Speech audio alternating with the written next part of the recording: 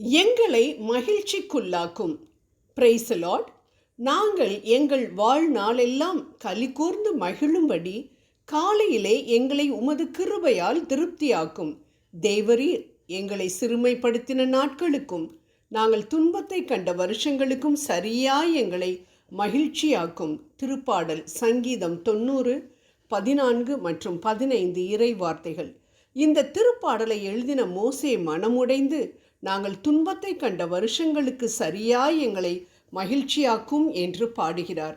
ஏன்? வனாந்திரத்தில் 40 வருஷங்க மோசேயும் இஸ்ரவேலரும் சிறுமையை அனுபவித்து துன்பத்தை பார்த்தார்கள். பகலில் கடும் வெயில், இரவில் கடும் குளிர், பாம்பும் தேலும் சர்வ சாதாரணமாக நடமாடும் இடம் வனாந்திரம். குடிக்க தண்ணீர் இல்லாமல் தெரியாத நாட்டை நோக்கி பயணப்பட்டு கொண்டிருந்த வருடங்கள் ஒன்றல்ல, இரண்டல்ல, 40 வருடங்கள்.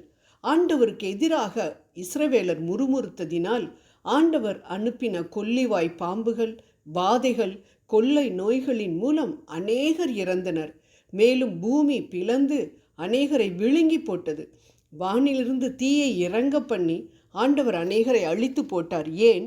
இஸ்ரவேலர் ஆண்டவருக்கு எதிராக கலகம் பண்ணினதினால். இப்படிப்பட்ட வாதைகளெல்லாம் முடிந்து இப்பொழுது பாலும் தேனும் ஓடுகின்ற கானான் நாட்டிற்குள் செல்ல போகின்றார்கள். அப்பொழுதுதான் மோசே ஜெபிக்கிறார், ஆண்டவரே, நாங்கள் துன்பப்பட்ட காலங்களுக்கு சரியாக எங்களை மகிழ்ச்சியாக்கும் என்று. அன்பானவர்களே, நாமும் துன்பத்தின் பாதையில் நடக்கும் பொழுது இந்த மோசையை போல ஜெபிப்போம். ஆண்டவரே, எத்தனை வருஷங்கப்பா இந்த நோயினால், இந்த பிரச்சனையினால் எத்தனை வருஷம் நான் வேதனைப்பட்டுக்கிட்டு இருக்கேன். என்னால் தாங்கவே முடியலப்பா. நான் கஷ்டப்பட்ட வருஷங்களுக்கு ஈடாக என்னைய மகிழ்ச்சிக்குள்ளாக்குங்கப்பா. உங்களுடைய நாமத்தை, நீர் எனக்கு செய்ய இருக்கின்ற அற்புதத்தை மற்றவர்களிடம் நான் நிச்சயம் சாட்சியாக சொல்லும் விதமாக என்னை மகிழ்ச்சிக்குள்ளாக்கும் என்று ஜெபிப்போம். விசுவாசத்தோடு நாம் ஜெபிக்கும் பொழுது, எல்லளவும் சந்தேகம் இல்லாமல் நாம் ஜெபிக்கும் பொழுது, பழைய துன்பங்களும் சிறுமைகளும் நம்மை பின்தொடரப் போவதில்லை. ஆண்டவருடைய கரத்தை பிடித்து எங்களை மகிழ்ச்சியாக்கும் என்று ஜெபிக்கும் பொழுது, எத்தனையோ வருடங்கள் நம்மை அழுத்தி கொண்டிருந்த பிரச்சனைகள் வெயில் பட்டவுடன் காணாமல் போகும், பனித்துளியைப் போல காணாமல் போகும் என்பதில் சந்தேகமில்லை. அன்பானவர்களே, ஜெபிப்போம், நிச்சயம் நாம் ஜெயம் கொள்ளுவோம். ஒரு அருமையான அன்பான குடும்பத்தில் திடீரென்று அம்மா இள வயதிலேயே இறந்து போய் விடுகிறார்கள். அவர்களுக்கு ஒரே ஒரு மகன். மறுமணம் செய்து கொள்ளாமல் தந்தை அந்த மகனை அன்போடு வளர்த்து வருகிறார். ஆஃபீஸ் வேலையையும் பார்த்து கொள்ள வேண்டும், வீட்டு வேலைகளையும் செய்ய வேண்டும், மகனையும் பார்த்து கொள்ள வேண்டும். தடுமாறுகிறார். ஒரு நாள் மகனை ஸ்கூலில் இறக்கி விட்டுவிட்டு ஆஃபீஸ் போகின்றார். அப்பொழுது ஸ்கூலில் இருந்து ஒரு ஃபோன் வருகிறது. ஏங்க உங்கள் பையன் ஸ்கூலுக்கு வரலை அப்படின்னு சொல்லிட்டு. இவருக்கு ஒரே அதிர்ச்சி. தானே போய் ஸ்கூலில் இறக்கி விட்டோம், எப்படி இவன் பையன் ஸ்கூலுக்கு போகாமல் எங்கே போனான்னு தெரியலையே, சின்ன பையன் அப்படின்னு சொல்லிட்டு கலக்கத்தோட ஸ்கூலுக்கு போகிற வழியில் பார்த்துக்கிட்டே போகிறாரு. அப்போது ஒரு சின்ன ஓடைக்கு பக்கத்தில் அந்த பையன் தன்னுடைய மகன் விளையாடி கொண்டிருக்கிறத பார்த்த உடனே இவருக்கு பயங்கர கோபம்.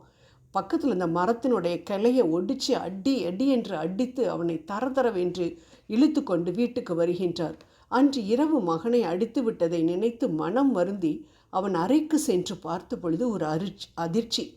மகன் ஒரு மெழுகுவர்த்தியை கொளுத்தி அம்மா படத்திற்கு முன்பு வைத்து, அம்மா, ஸ்கூலில் எனக்கு இன்றைக்கி பேரண்ட்ஸ் டேம்மா, நீங்கள் இல்லைம்மா, அப்பாவுக்கும் வேலை, அதனால் அப்பாக்கிட்ட நான் இது சொல்லலம்மா, அதனால் மிஸ் என்னை வீட்டுக்கு போயிட்டோ அப்படின்னு சொல்லிட்டு அனுப்பிட்டாங்கம்மா.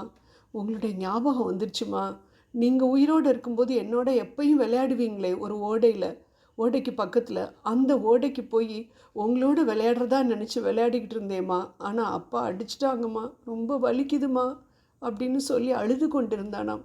இதை கேட்டு தந்தை ஓடி போய் அவனை கட்டி அணைத்து முத்தம் கொடுத்து மனம் வருந்தி காயத்திற்கு மருந்து போட்டாராம். ஆம் அன்பானவர்களே, இந்த சிறுவன் தனக்கு எல்லாமுமாக இருந்த தன் தாயிடம் தன் வேதனையை கொட்டினான். ஆனால் இறந்து போன தாயால் என்ன செய்ய முடியும்? ஆனால் என்றும் வாழ்கின்ற தகப்பன் ஒருவர் நமக்குண்டு. நம் துன்பத்தை கண்டு நம் கண்ணீரை துடைக்கக்கூடியவர் அவர்.